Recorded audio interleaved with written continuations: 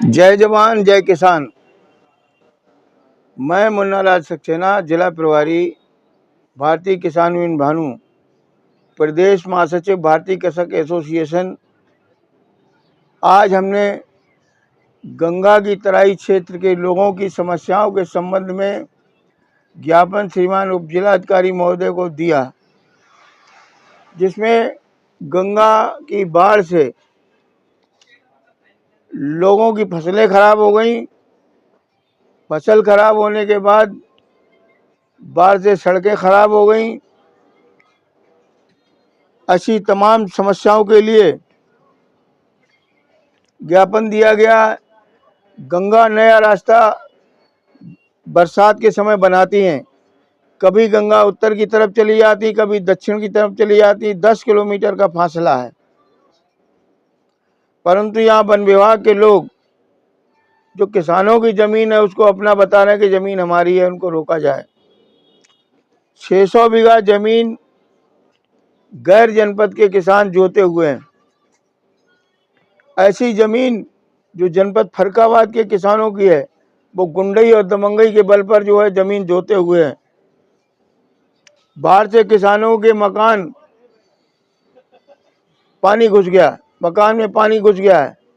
हमने कहा कि भाई इनको मट्टी डालने के लिए अपने खेत से मट्टी डालने की सुविधा दी जाए कि तो ऊंचाई बढ़ जाए। यदि अगर किसानों को मट्टी डालने से पुलिस प्रशासन या तहसील प्रशासन रोकता है तो उन कर्मचारियों के खिलाफ सख्त कार्रवाई हो और इनको किसानों को अपने घरों पर ऊंचा करने के लिए मट्टी डालनी दी जाए। जिसके खेत में गंगा चल रही है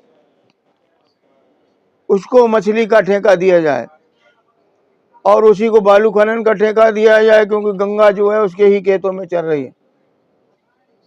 गंगा के तराई क्षेत्र में कोटेदार राशन कोटे में घटतौली कर रहे हैं। घटतौली कतई नहीं होगी। यदि होती है तो इन समस्याओं के लिए आंदोलन के लिए हम लोग तैयार हैं। गंगा की बाढ़ से किसानों की ज्वार बाजरा और धान की फसल पूरी तरह खराब हो गई, डूब गई। कमर तक पानी भर गया है, जिसका मुआवजा सरकार दे। तंबाकू नियंत्रण अधिनियम की धारा 6 के तहत सार्वजनिक स्थानों पर धूम्रपान निषेध है, जबकि धारा 6 के अंतर्गत शिक्षण संस्थानों के 100 गज के भीतर तंबाकू बिक्री और नाबालिगों द्वारा खरीद पर प्रतिबंध है। स्कूल कॉलेजों के आसपास तंबाकू उत्पाद बिक रहे हैं। तंबाकू गोदामों में भी स्कूल के आसपास हैं, जिससे प्रदूषण फैलता है, बच्चे बीमार होते हैं, टीबी ऐसे तमाम खांसी के रोग बढ़ते हैं। इस पर जिला प्रशासन ध्यान दे और तंबाकू जो यहाँ पर पुड़िया बिक रही है और पुड़िया के साथ तंबाकू बिक रही है, इस पर प्रतिबंध लगाए। जनपद में बड़ी बड़ी कंपनियां डेयरी मिल्क, दूध वगैरह, घी बेच रही हैं, उसकी जांच कराई जाए। क्या घी इसमें चर्बी है या नहीं।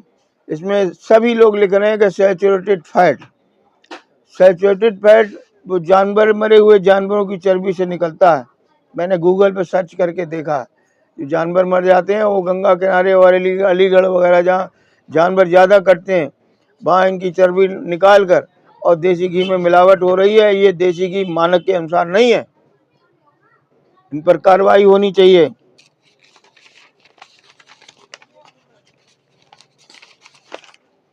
इसके बाद जनपद में नकली चटनी बिक रही है, जिससे लोग बीमार पड़ रहे हैं। सभी ठेले चाट वाले सब नकली चटनी, जो कि 15 से लेकर 18 रुपये 1 किलो आती है, उसमें कलर और मिठाई को डाल के जो है उसको बनाते हैं, जो स्वास्थ्य के लिए अति हानिकारक है।